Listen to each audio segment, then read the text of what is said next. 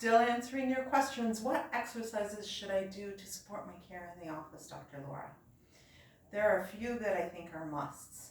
The first is for your neck, and again, we keep talking about how to help these curves hold your body more naturally. So the first one I like to teach people is called the pigeon.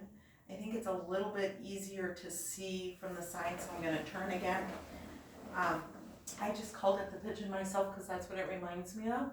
But what we're looking for is for your chin to go on the YZ axis.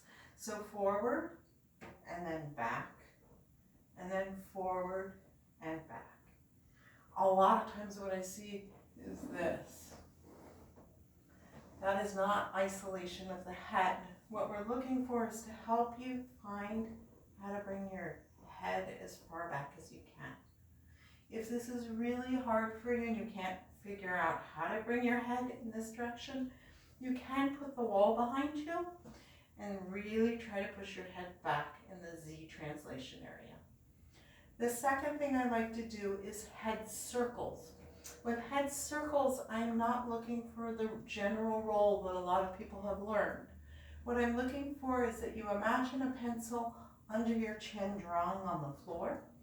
That one looks like this. So you're going to go forward, around, back, around, forward, around, back, around. Both of these I would have you do at least 10 times, both directions with the circles, 10 times in the front to back. If you can, 2 or 3 times a day. The last one I'm going to have you do for your neck is what we call armpit sniff. You take your hand and you place it gently on your ear. Please do not pull. And then you're going to just stretch this direction. Now, if you start turning your nose towards your armpit that's down, you're going to feel a whole different division of the neck stretching. If you then start turning your nose towards your armpit, as if you were seeing if you have BO, you'll feel the slower you go, the more different divisions of your neck muscles shifting and stretching until you get all the way to the end. Now I'm moving relatively fast. What I would recommend for you is that you sit here, take 3 big breaths, and then switch to the next tense place, which for me is right there, and then do 3 big breaths.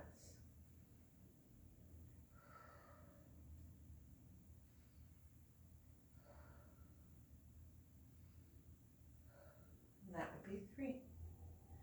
Then I'm going to show you some stretches for your low back.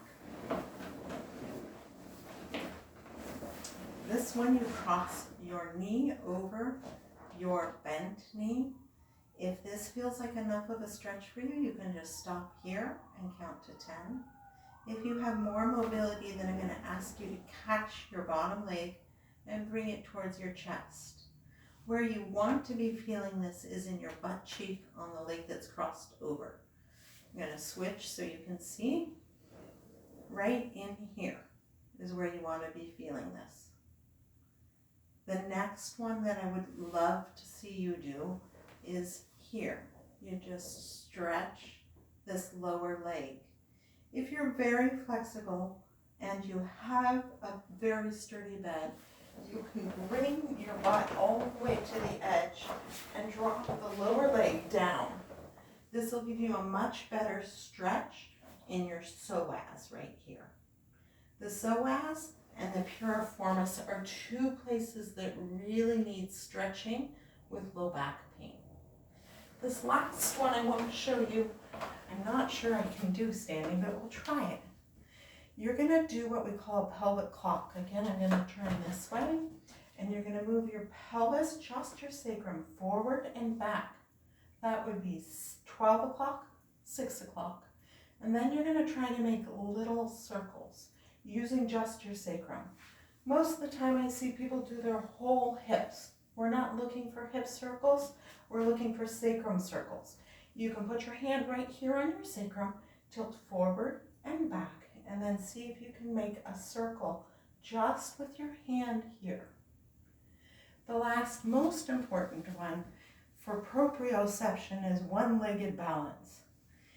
Proprioception is figuring out where you are in space using your body awareness. Proprioception has the highest amount of fibers in your ankles. When you stand on one foot, it challenges your feet to strengthen. If I do a tree pose, I have actually a better anchoring system. So please don't do that. Let your foot just hang. If you can stand this way for 10 seconds, then the second part is to close your eyes for 10 seconds. You'll find that your lower foot starts to shake a lot, and then switch to the other side, 10 seconds, if you can with your eyes shut, even better. It looks easy as I'm doing it. If it's difficult for you, please make sure you're near a sink or someplace that you can hold on to something. All right, those are the ones that'll get you started.